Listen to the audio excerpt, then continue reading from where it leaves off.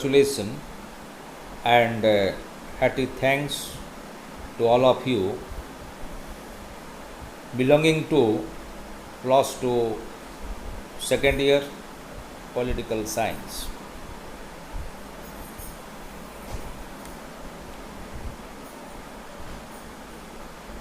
In the previous class,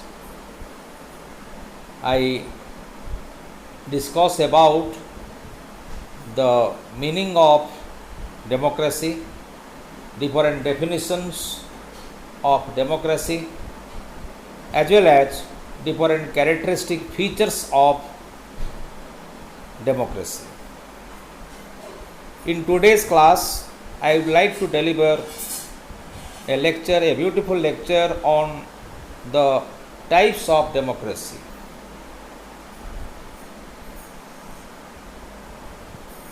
From the standpoint of quality,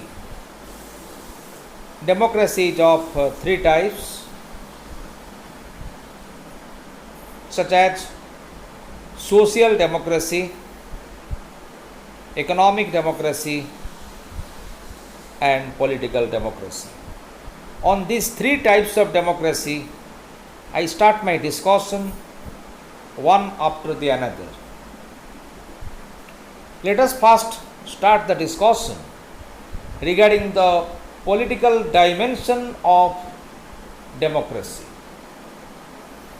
Describing the meaning of the political dimension of a democratic state, Professor Hornshaw observes, a democratic state is usually that type of state in which all the people as a whole and as the inheritors of sovereign power and authority exercise the final control over public issues and determine as to which form of government shall be followed. A democratic state prescribes not only the system of government but also the method of appointing, controlling, and dismissing the government. Then I would like to start discussion regarding social dimension of democracy. Social dimension of democracy always establishes a beautiful democratic society. A democratic government can function and prosper only in a democratic society, and such a society is that in which all the human beings are considered as equal and all enjoy the right to equality as well as equal rights and freedoms. Each individual is regarded as the core of society, and no discrimination, no disparity is made on the basis of caste, color, creed, religion, place of birth, or sex. Equal citizenship and equal opportunities for development are guaranteed to all. There is absence of a privileged class of persons. Mr. Wolf points out, quote, a democratic society is that society which is characterized by liberty, equality, justice, and fraternity, and in which all the people act judiciously and actively for guiding their own destinies and ways of life, and in which no one tries to prescribe these things for others. In other words, a democratic society is characterized by the presence of a social and economic equality. And thirdly, I start discussion on economic dimension, which is otherwise known as economic democracy. Political and social democracy should always be accompanied by an economic democracy. The former can never be complete and successful without the latter. Earlier, in the 19th century, emphasis used to be placed upon political democracy and its other two aspects, social and economic, used to be ignored.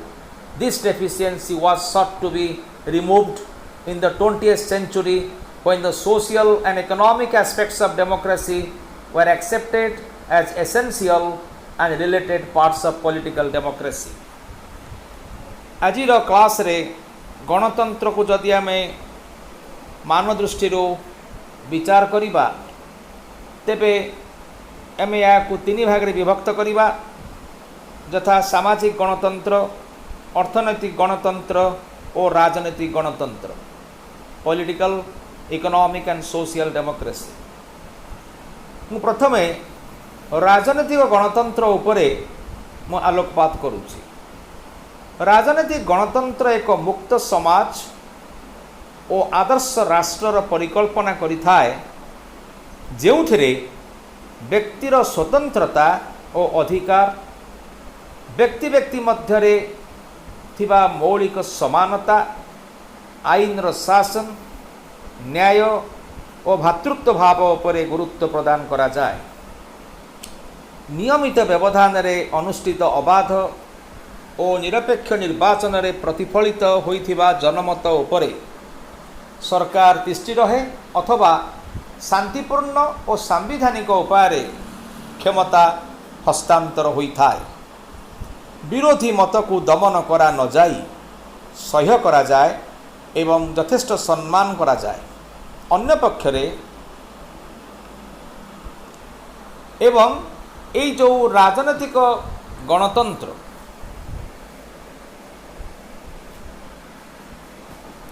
एकता पंडित नेहरू एकता मत व्यक्त करते जे राजनैतिक गणतंत्र बिना अर्थनैतिक गणतंत्र मूल्यहीन अटे।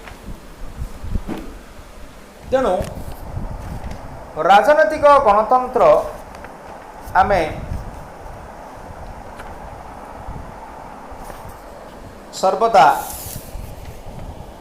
एक गणतांत्रिक समाज रे परिलक्षित होता है। गणतंत्र राजनैतिक आभिमुख्य अत्यंत स्पष्ट। सबु नागरिकंकर भोटदान अधिकार, निर्वाचन रे प्रतिद्वंदिता करिवार अधिकार एवं सरकार रे अंशग्रहण करने को राजनीतिक गणतंत्र कहा जाए।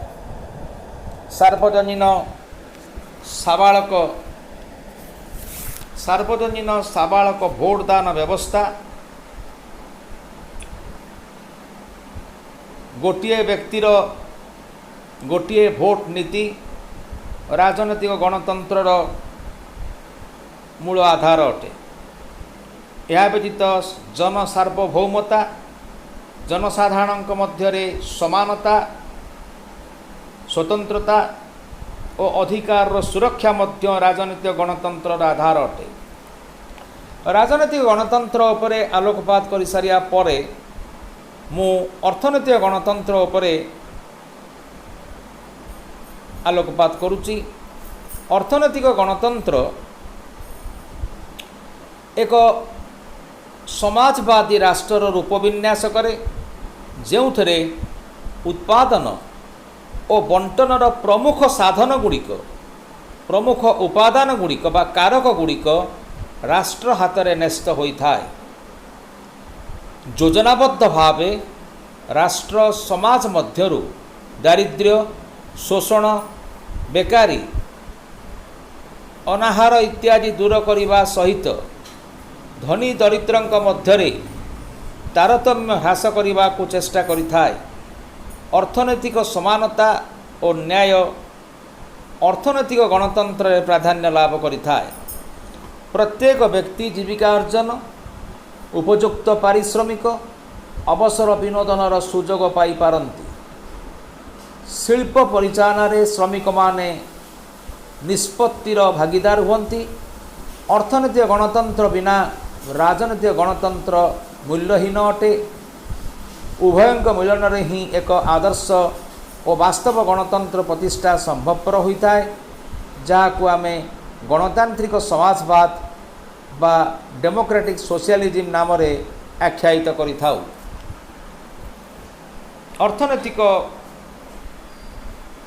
गणतंत्र बिना राजनीति गणतंत्र मूल्यहीन अटे। जनसाधारणଙ୍କର जीवन धारण मानवृद्धि पाई उपयुक्त व्यवस्था आर्थिक दृष्टि जनसाधारण मध्यरे समता रक्षा धनी दरिद्र मध्यरे थिबा तारतम्य को संकुचित करिबा अर्थनैतिक शोषण बंद करिबा प्रभृति अर्थनैतिक गणतंत्रर परिप्रकाश अटे। एवं सर्वशेष सामाजिक गणतंत्र संबंध में आम किसी आलोचना करिबा। सामाजिक गणतंत्र सदा सर्वदा गणतंत्रर सामाजिक दिग को दृष्टि निक्षेप करिथाय। गणतंत्रर सामाजिक दिग कहिले एक आदर्श जीवन यापन पद्धति तथा आदर्श सामाजिक व्यवस्था को बुझाई थाए। गणतंत्र समाजर सब व्यक्ति समान सामाजिक स्थिति और पदमर्यादा को बुझाई थाए। जो समाज रे जातीयाण प्रथा दासत्व गोती प्रथा अस्पृश्यता प्रभृति कुप्रथा प्रचलित हेउथाए से प्रकार समाज रे सामाजिक गणतंत्र विकास लाभ करि परिबो नाही। गणतांत्रिक समाज रो एई समस्त सामाजिक दुर्गुण को दूर करी जनसाधारण मध्यरे भातृभाव मर्यादापूर्ण स्थिति और समानता सृष्टि करि पारले सामाजिक गणतंत्र सफल रूपायन होइथाय। आजिर क्लास रे एई तीन प्रकार गणतंत्र सामाजिक गणतंत्र राजनीतिक गणतंत्र एवं अर्थनैतिक गणतंत्र संबंध में आलोचना कली। परवर्ती क्लास रे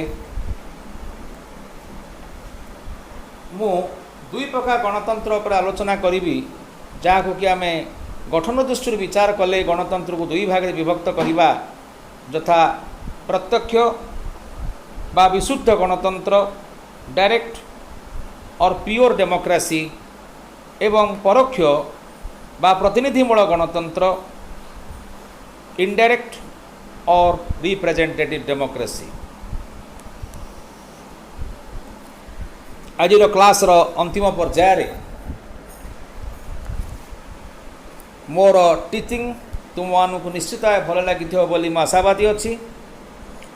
एवं जदि तुम माने भिडियोटी को तुमको भल लगी थाए तेरे भिडियोटी को लाइक और शेयर करिवो।